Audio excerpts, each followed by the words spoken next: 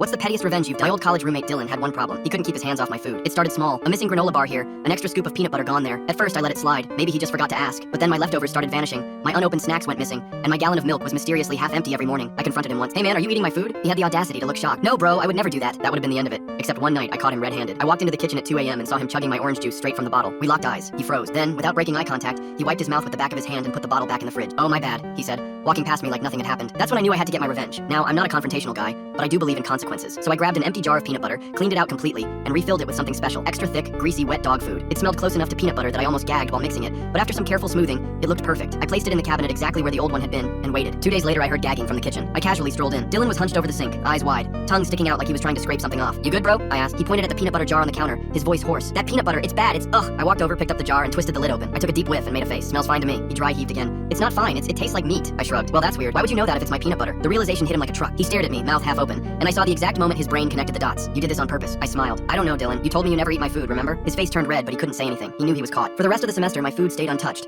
But the best part? He never once bought peanut butter again.